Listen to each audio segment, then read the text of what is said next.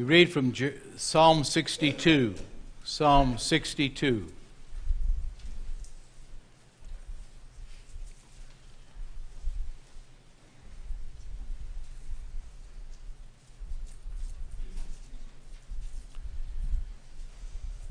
To the chief musician, to Jeduthun, a psalm of David. Truly, my soul waiteth upon God.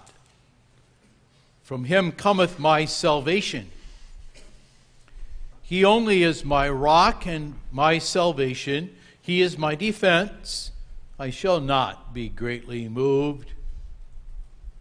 How long will ye imagine mischief against a man? Ye shall be slain, all of you, as a bowing wall shall ye be, and as a tottering fence. They only to consult, to cast him down from his excellency. They delight in lies. They bless with their mouth, but they curse inwardly. My soul, wait thou only upon God, for my expectation is from him. He only is my rock and my salvation. He is my defense. I shall not be moved. And God is my salvation and my glory, the rock of my strength, and my refuge is in God. Trust in him at all times, ye people. Pour out your heart before him. God is a refuge for us. Surely men of low degree are vanity, and men of high degree are a lie. To be laid in the balance, they are altogether lighter than vanity. Trust not in oppression, and become not vain in robbery. If riches increase, set not your heart upon them.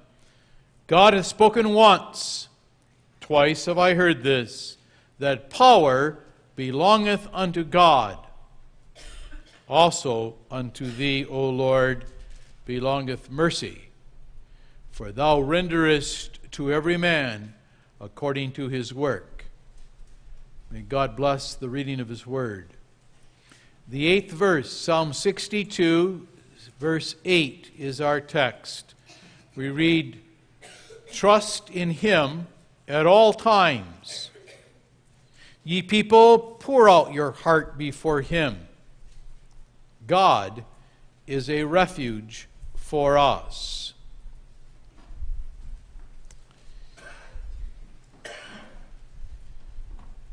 To wait on the Lord is to exercise faith in him. Faith is evidenced in a prayer life. And among all the people of the world for whom faith is going to be evidenced in a prayer life, it's going to be those who believe and experience that the saving relationship that we call the covenant is identified as just that, a relationship. It's not an agreement that we sign. It's not a bond. It's a relationship. And relationships are all about communication. Communication is all about listening and speaking in response. Faith is evidenced in one's prayer life. And among all the people of the world where that's going to be the most evident, it ought to be among those who identify that relationship as a relationship of friendship.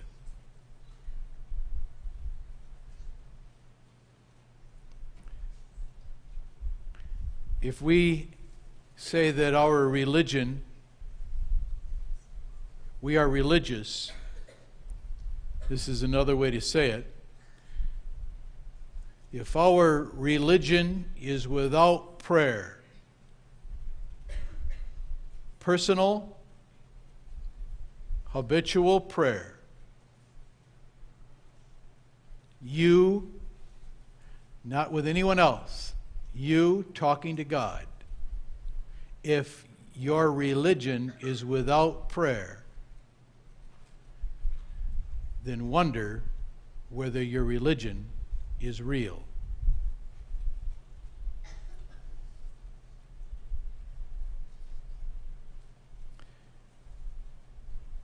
We take as our theme those middle words of the text.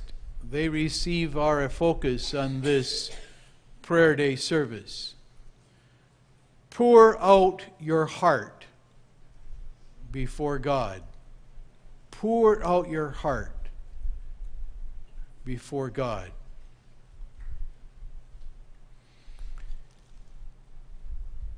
In Lamentations chapter 2, verse 19, we have the use of this concept expressed this way. Arise, cry out in the night, in the beginning of the watches. Pour out thine heart like water before the face of the Lord.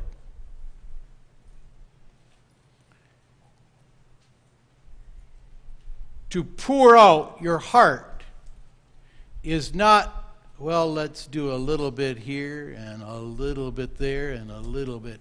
But to pour out your heart before God is to take it and to lay it on its side.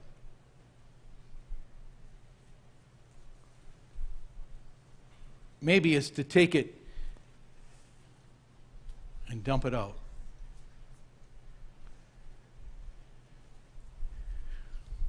The heart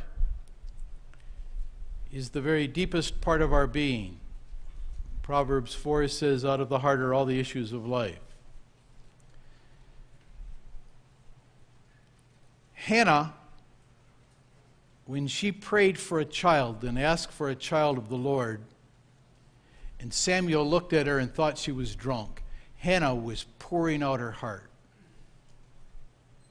She was oblivious to everyone else around. She was so deeply conscious of God and what was in her heart. And she was laying it open and pouring it out to her God. Now, we might think that to pour means that you're doing a lot. No. To pour out your heart is not measured by the amount of words that you use. But because it's going to come from the heart, it is going to be very sincere. And it's going to be open. You're laying yourself wide open before God. You are acknowledging that He sees everything. You are not keeping a little bit back. You're not taking that glass and, well, we'll give it most, and then we'll save a little bit. To pour out your heart is to empty yourself. It's taking the vessel of your soul and turning it upside down to Him.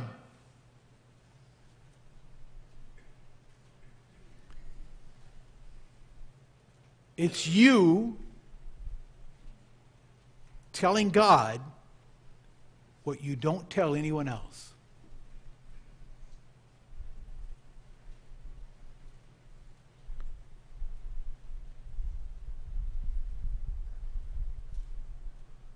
Do you hear that, men?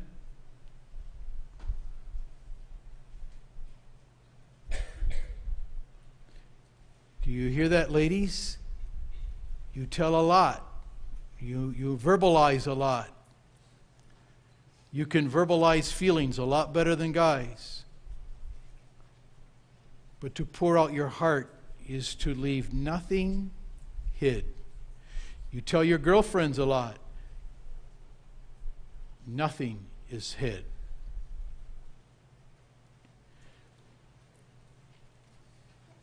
Someone put it this way. God has opened up and poured out His heart of love to you, to us. Now you pour out your heart of love to Him. Tell Him how much you love Him. Tell Him how thankful you are.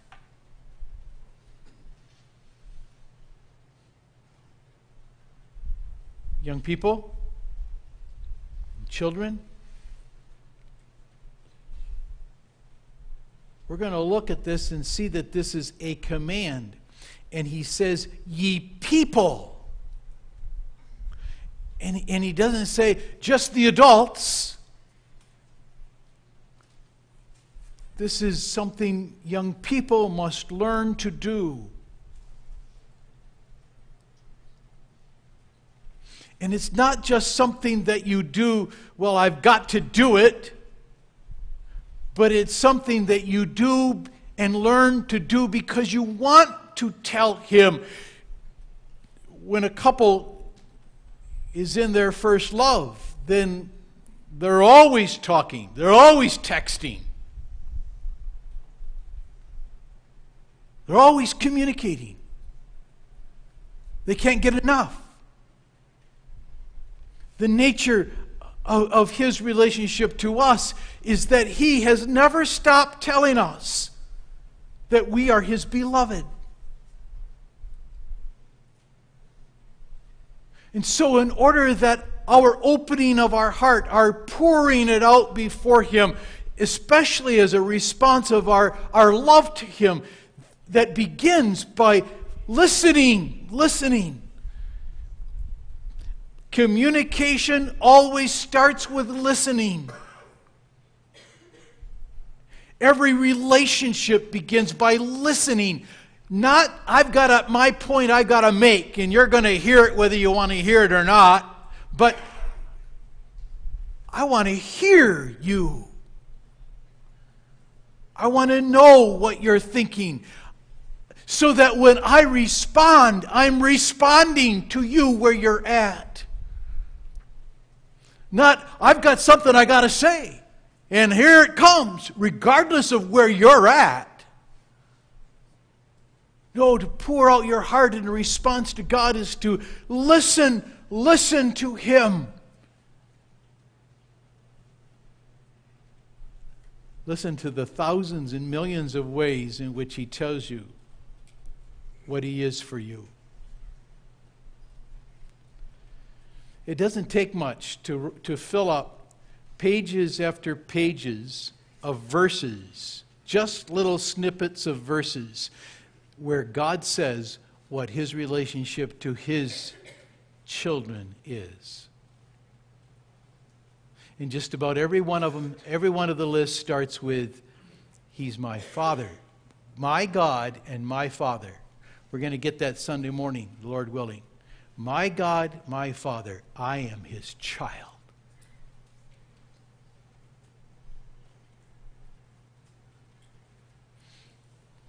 When they're young, they tell you, some more than others, but they'll just blabber about their day. When they get a little older, then they don't want to anymore, don't think they should. But our relationship to God, maybe you think you don't have to tell your parents, but you must tell your God.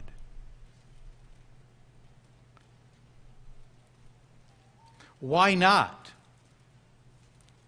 Why not pour out our heart?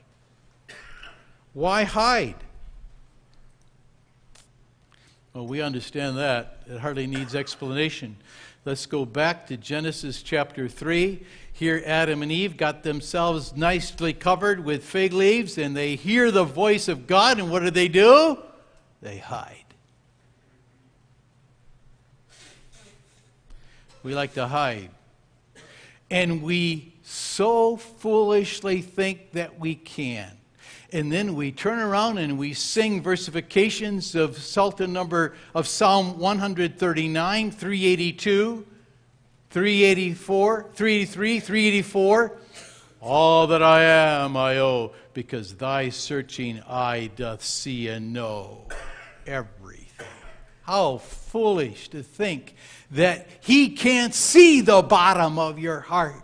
He doesn't know what you're doing and what you're thinking and what you're saying in your mind when you've got a nice face on to other people, but you've got thoughts rolling around. He knows.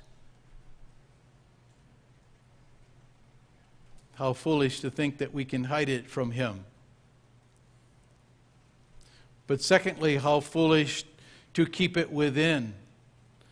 Because all these things that we ought to tell him, that if we keep them within and we tuck them down, our fears, what might happen tomorrow? What might happen if it freezes?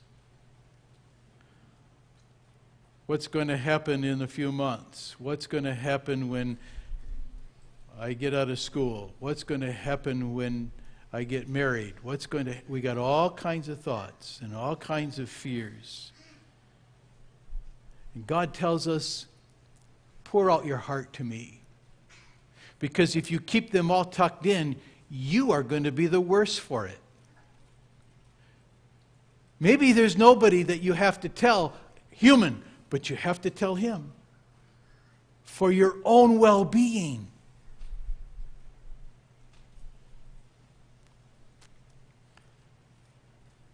Confess your sins. Pour out your heart by confessing all your sins. Don't cover them up with excuses. Don't keep them buried deep within. Tell him. He knows. Tell him your hurts. Tell him how you're misunderstood. Tell him your doubts.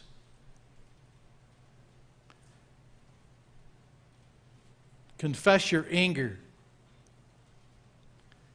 Admit your discontentment to him. Tell him about your worries. And if you feel spiritually empty and you feel sluggish, tell him. Pour out your heart.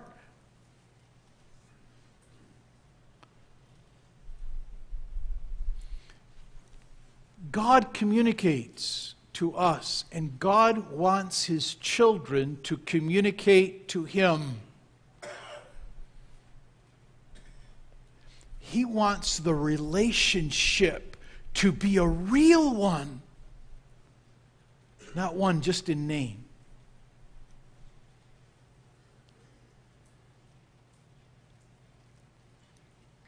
Notice, ye people, that this is worded as a command.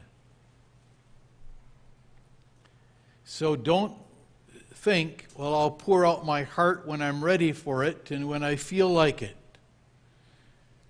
Prayer is not something we wait to do until we feel like it. Martin Luther said that long ago.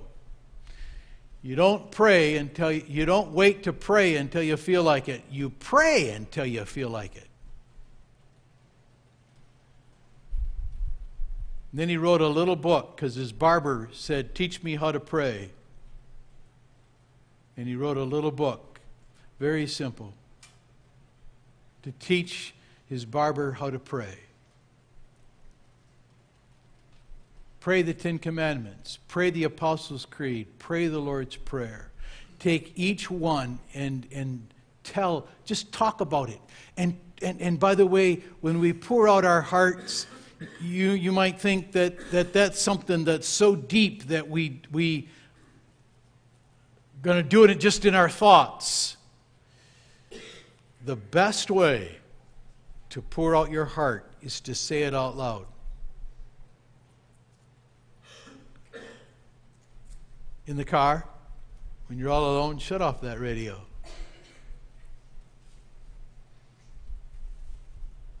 The people that stop next to you will think you're singing. You just pour out your heart. Put it in words. Empty. Empty. Now again, a command. God commands us. And here's why. Experientially, we need to be commanded.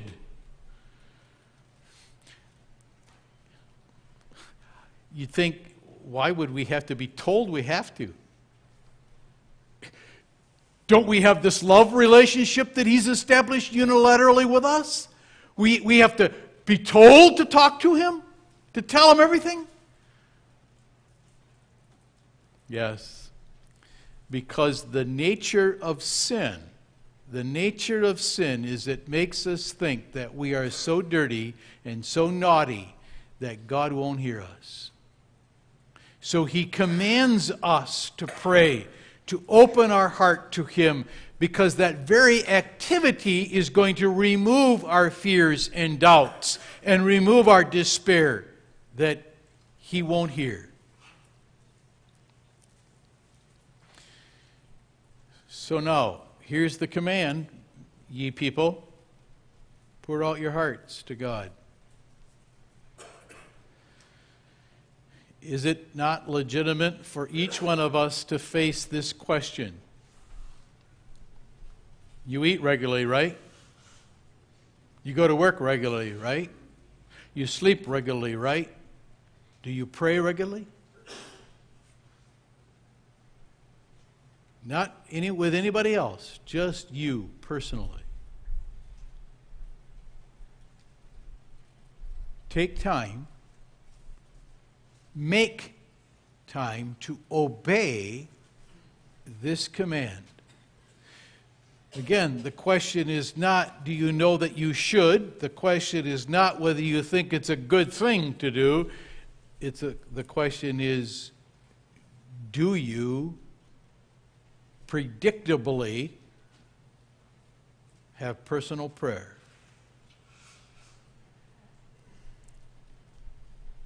Engaging God in loving fellowship.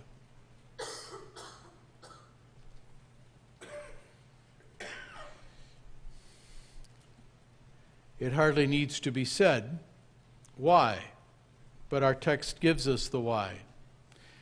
And the why is because God is so worthy of our trust. God is so worthy to hear our prayer. He's right there. In the nature of the relationship that He's established. Why tell Him? Why tell Him absolutely everything? Why pour it all out on Him? The ability to do that arises from trusting Him. Trusting Him. Mr. Elzinga, Mr. Schimmel, they walk around with another leg. Cane. Sometimes they think they don't need it. But to lean on that cane, every time they put that cane down and they put some weight on it, they're trusting that that metal or wood, whatever it's made out of, is going to hold. And that rubber on the bottom is going to grip and not slide. They're trusting. They believe. They don't consciously think that. They don't think about it. They don't have to. Pour out your hearts to God, ye people, because God can be trusted. Tell Him. He will be able to take everything you throw at Him, everything you lay on Him.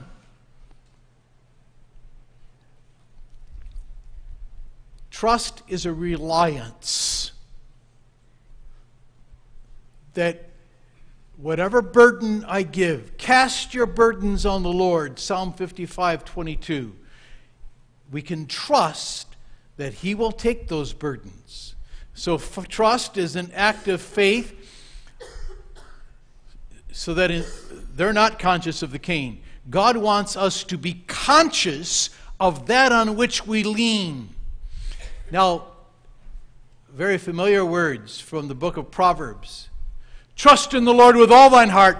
Lean not on thine own understanding.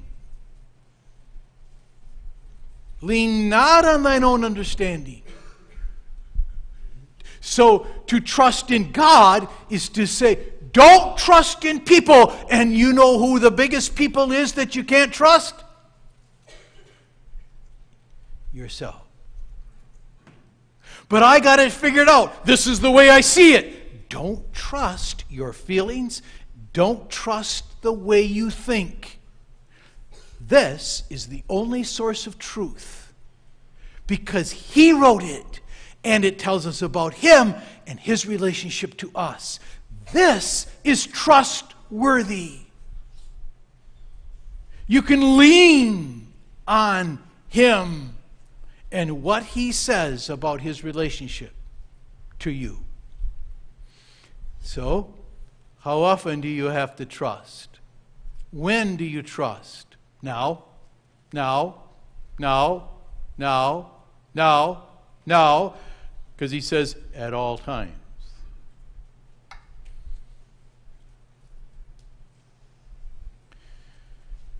Sometimes there's drama in the hallways at Covenant. Sometimes there's drama in the workplace.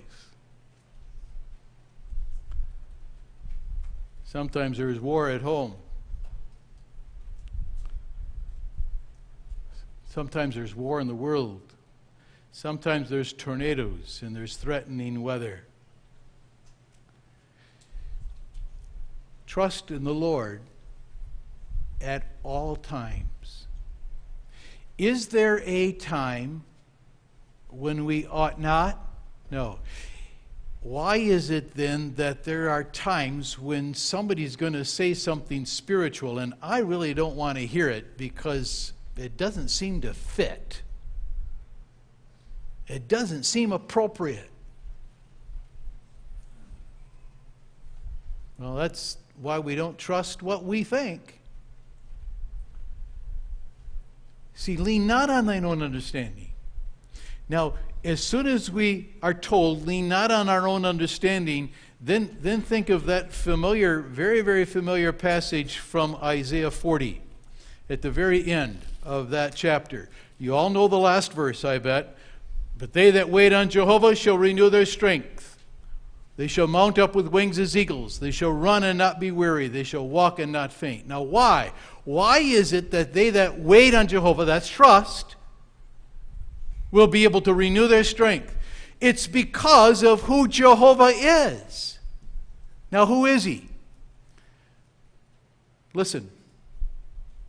To whom then will you liken me? Or shall I be equal, saith the Holy One?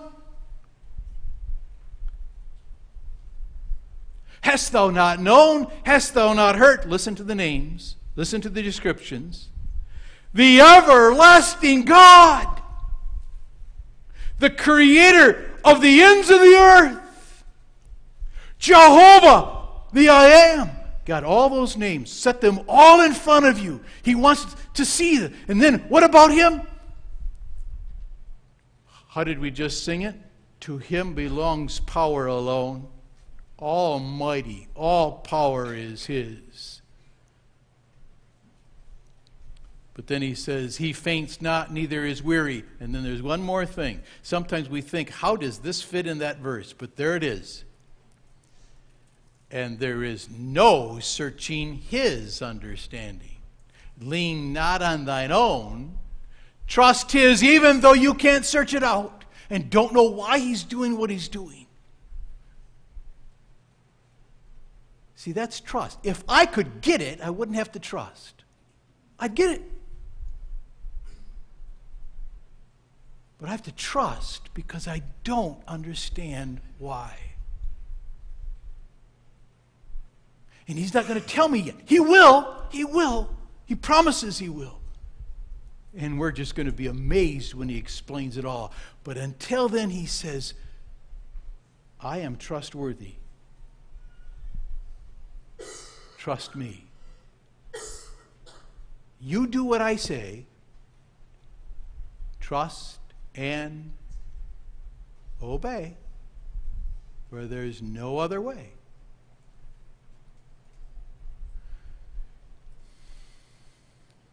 What makes him so trustworthy? Because he is our refuge. That's how it ends. Because God is a refuge for us. A refuge. That's that place in the house that you have to go to when the tornado warnings sound. And you run to the shelter, to the refuge. Refuge is a place of defense. I was speaking about this with Jerry and Dorothy Van Manen this afternoon. And Jerry says he remembers, and this is the picture in Psalm 91. He remembers on the farm in which he was raised that there would be the times when there would be the little chicks. And they would be with their mother out in the yard, loose. No, they weren't penned or fenced in, they were out. And there they are, all pecking away in the midst of the yard. And all of a sudden, the mother hen makes a noise. And all of those chicks come running to the hen, and they go all dive under her wings. And he says he looked up, and there was a hawk circling. To go under the wings, the covert of the wings of our God, that's a refuge. You're safe. They've told of barn fires where they've picked up the carcass of the hen, and all of a sudden underneath came out scurrying all the chicks. They found a refuge from the fire and from the hawk. For the unbelieving and the ungodly, God is not a refuge. He's a terror. But for his adopted children, for us, it says, for us who wait on Jehovah, my soul waiteth on him. My soul, wait thou only upon him. He's always ready to hear when his children pour out their hearts. Every time we unload to him our sins, his answer is just what Nathan said to David. I've already forgiven you, child. I've declared you righteous. Why not tell him all our sins? Pour it out. Tell him your worries. Got all kinds of thoughts and scary things that run through about what if, what happened. Tell him. And he says, I have the future. You rest today. Prayer is uniquely a duty, and prayer is uniquely a privilege that we have.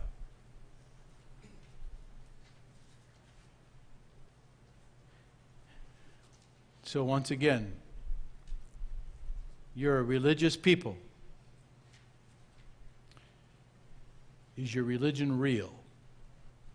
Is my religion real? It will be evidenced, not if I'm wanting to but don't, but whether I do practice out loud after listening, responsive prayer. He commands us to. Keep doing it until you do it willingly.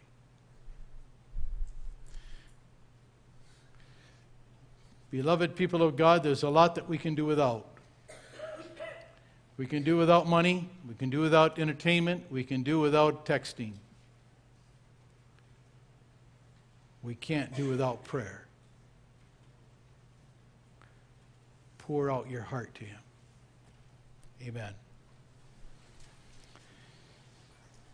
We thank Thee, Lord, great, wonderful, glorious God, our God. We lay ourselves down before Thee, ever grateful for the salvation which is ours in Jesus Christ. Grant Thy blessing to us. We seek to know Thee as our God and our Father. Give Thy blessing to us so that we, in hearing Thee, may speak openly, freely, humbly. For Jesus' sake, amen.